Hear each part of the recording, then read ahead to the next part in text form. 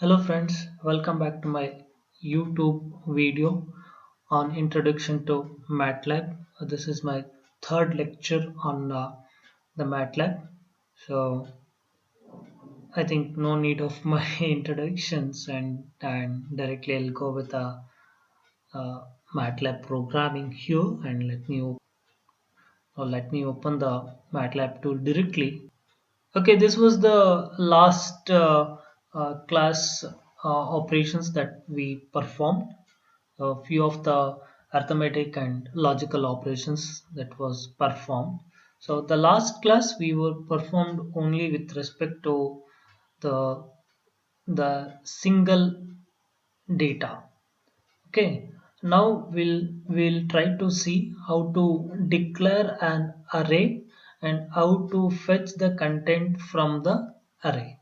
Okay, so if I want to clear the command window, which is the command, so yes, absolutely very good. That is CLC is my the command to clear the command window. If at all I want to clear my variables, I'll make use of clear all statement here. Once again CLC, it will clear my clear command window. Now the command window is very clean.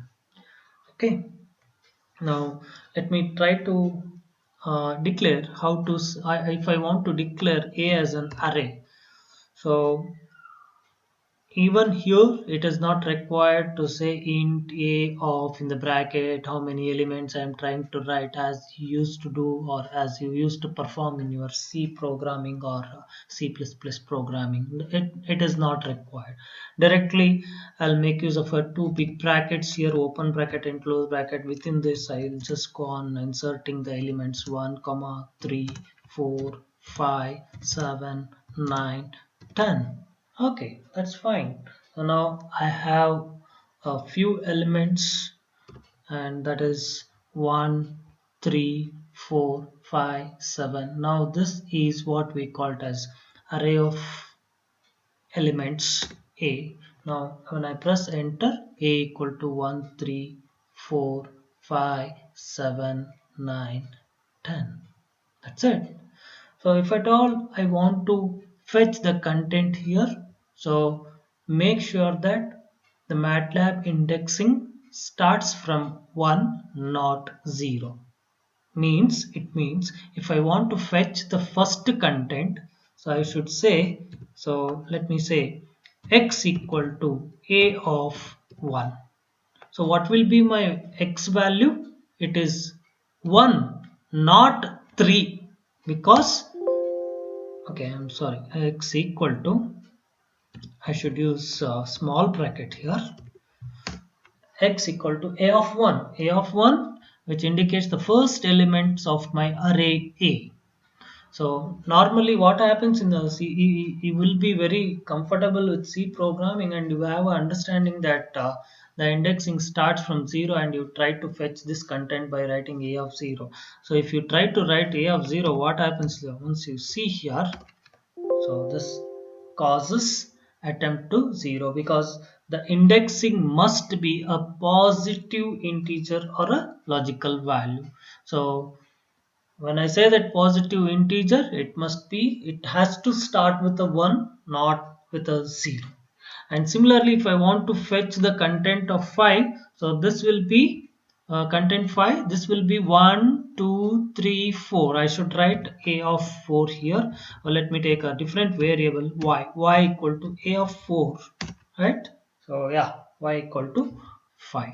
I can directly uh, say y equal to a of 4 where I could able to fetch the content of fourth element in the array A. Is it not? So this is how we try to fetch this is the way how to write the or how to declare the array and how to fetch the content from the array. Now the point is, as I told you, MATLAB is a matrix laboratory, and everything, each and every element that we write here, it reads as a matrix. So what is the proof for that? So I gave a statement that each and every element that I write, in the command window it read it as a matrix, right? So a equal to 1, a equal to 10. So is it reading a scalar quantity in the matrix? Yes, definitely. So for which you can see that, so this is the matrix of size 1 cross 1, very simple, which means row is 1, column is also 1.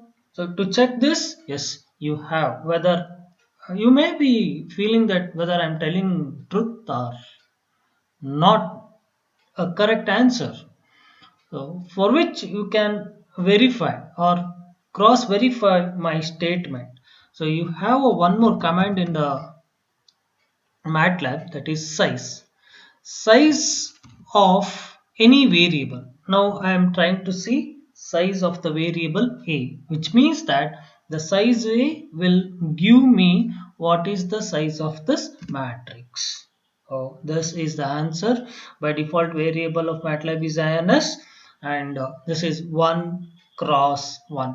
This is the meaning. The meaning is 1 by 1, which means one row, one column. Hence, you can observe that the element 10 is read as a matrix of size 1 cross 1. That's how the MATLAB reads. Now let me take this value a equal to 1, 2, 3, 4. Now the value of a is overwritten actually. So earlier I declared a as a the array, and here a equal to 10, which actually I overwritten this input. Let me rewrite that. So uh, again I can use the same variable or a different variable here. Now you can check the size of your matrix. What is the size? Just guess it. What could be your answer? It is row is how many row are there? Only one. How many columns? 1, 2, 3, 4, 5, 6, 7. Now 1 cross 7 matrix. So that's how the MATLAB reads here. So now if at all I want to write the matrix form, say for example A is equal to 1, 2, and in the second row 2, 3, say for example, if I want to perform that, then how do we write in the matrix form? So let me take one more variable. X is equal to 1 in the first row, first column, first row, second column, and now you put a semicolon here and then say second row, first column, element 3 space, then second row, second column 4. Now put enter. Now this is 2 cross 2 matrix, how you can write. Okay, so you can check the size of this matrix. Now size of x, if you say, it will give you the size of that particular matrix. So this is how we try to write the input of the matrix. Now this is a simple example. Now assume that the another array I want to write, where I want to write a first 5 even numbers in an array. Okay, so first 5 even numbers. How do I write that first 5 even numbers? Okay, 2, 4, 6, 8 and 10 is the first 5 even numbers, right? So now my array A contains the first 5 even numbers here. Now I want to generate first 10 even numbers. How do you write? That's very simple, right? You start writing 2, 4, 6, 8, 10, 12, 14, 16, 18, and it continues. So first 10 or first 5, you can easily write those number of even numbers by writing them. That's how the normal process.